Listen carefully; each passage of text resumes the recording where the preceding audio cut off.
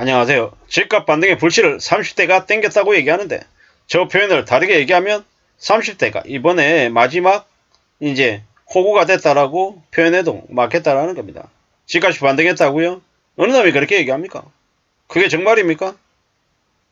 말이 안 되는 개소리고 마지막에 그 건설업계나 그 시행사들이 멋 모르는 30대를 꼬드겨서 이제 덤태기를 씌운 겁니다. 지금은 대출금리도 계속 올라가고 있죠. 대출금리 상단이 7%를 찍었다는 얘기가 뭐 최근에 나오고 있는데 그게 지금 현재 상황인데 집값 반등을 했다고요? 그냥 할 말이 없다라는 겁니다. 앞으로 전애들이 어떤 삶을 살겠습니까? 어떤 충격을 겪겠습니까? 그냥 참 많은 생각들이 들죠. 씁쓸합니다. 앞으로 이제 더 이제 험난해지는 거죠. 더 난감해지는 거죠. 뭐 답이 없습니다. 결국에는 저렇게 지금 집을 사지 않으면 안 된다라고 생각했던 이들이 자신의 생각이 착각이었음을 깨우치는데 얼마나 시간이 걸릴까요? 얼마나? 한 6개월이면 될까요? 한 1년 걸릴까요? 확실한 건 이제 금방이라는 겁니다. 금방이라는 거. 뭐 사람들이 삶을 너무 쉽게 생각하는 것 같아요. 특히나 30대. 아직 사회생활을 좀 덜 해본 세상이 얼마나 무서운지를 아직은 잘 모르는 이들이 덜컥 집을 샀다가 평생의 짐을 떠안고 사는 것 같습니다.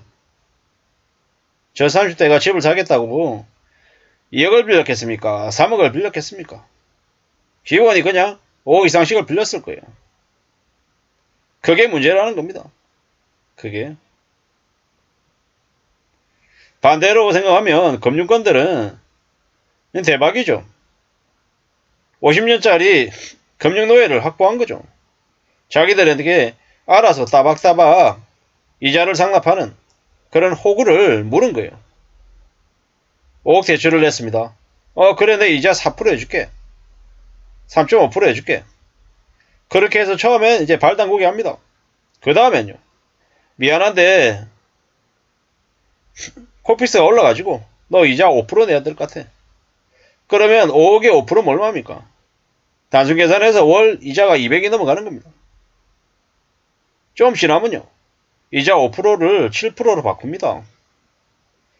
미안한데 너 이자 200 내던 거 300 내야겠다. 지금 돈의 가치가 되게 많이 올라가지고 돈을 구해오는데 조달 비용이 늘었어. 너 이제 300만원 돼. 200이 300 되면 사람들이 이제 그제서야 좀 느끼겠죠. 이상하다. 내가 생각한 거하고 많이 다른데. 어떻게 해야 되지? 아니 그래도 집값이 비싸니까 좀 버텨보자, 기다려보자, 이러는 거죠. 아마 이번에는 그 집값 조작을 아마 계속해서 가져갈 겁니다. 왜냐? 저 못 모르는 30대가 착각하고 환상에 빠져서 버틸 수 있게끔 해줘야 두 손 두 발 안 놔버리니까요. 파산하거나 괜히 시청해버리면 안 되니까 그냥 저렇게 버틸 거다라는 생각을 해봅니다. 좀 두고 봐야죠. 기다려야 됩니다. 빚내는 게 얼마나 무섭고 얼마나 사악한 일인지를 이제 시간이 지나면 지날수록 저 30대들이, 영끌한 30대들이 알게 될 거다라는 겁니다. 알고 나면 이제 이미 늦은 거죠. 못 빠져나오는 거죠. 정말 빠져나올 수 있는 방법은 극단적인 결정, 정말 극한의 결정을 하지 않고서는 어렵다라는 겁니다. 극한의 결정이 뭡니까? 가장이 쓰리자 포잡하는 겁니다. 미친듯이 일하는 기회가 돼야 되는 거. 그리고 가족들은요. 살고 있는 집 빼서 세입자한테 주고 전세를 주든 월세를 주든 하고 아주 좁은 집으로 옮겨야죠. 뭐 부모가 사는 집으로 옮기든 어쩌든 간에 정말로 그런 극한의 결정을 해야 그래야 지금의 이 어려운 시국을 헤쳐나갈 수 있을 거다라는 겁니다. 그게 아니고서는 사실 답이 없죠. 지금은 꽤 충격적인 사항들을 맞게 되어 있습니다. 너무 무섭고 너무 놀라울 정도의 일들입니다. 앞으로 많은 사람들이 어떻게 살게 될까?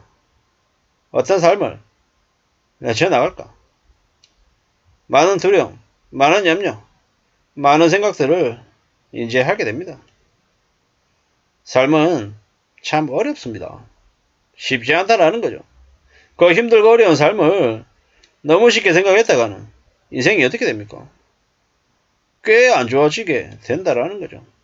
그냥 입으로만 떠들어대니까 에이 남들 다 그렇게 살아. 빚 없는 사람 어딨어? 라고 얘기하잖아요. 근데 빚 없는 사람 많습니다. 부자가 아니어서 그렇지 무난하게 사는 사람도 적지 않다라는 겁니다. 잘 움직여야 됩니다. 잘 생각해야 됩니다. 너무 쉽게 너무 만만하게 돈을 벌겠다고 마음먹었다가 뭐 이제 인생이 이제 엉망되는 거죠. 누가 뭐라 그래도 삶은 무서운 거다. 삶은 쉽지 않은 거다. 라고 봐야 됩니다. 세상에 나만 힘들고 남들은 이렇게 사는 것 같지만 아닙니다. 나도 힘들고 남들도 힘들고 다 어렵습니다. 좀 정신 차리고 좀 더 차근차근 뭔가를 하려고 애써도 그래도 잘 안 되는 게 세상 일입니다. 누가 뭐라 그래도 자기 삶을 좀 지켜내야 됩니다. 그래야 삶을 유지할 수 있습니다.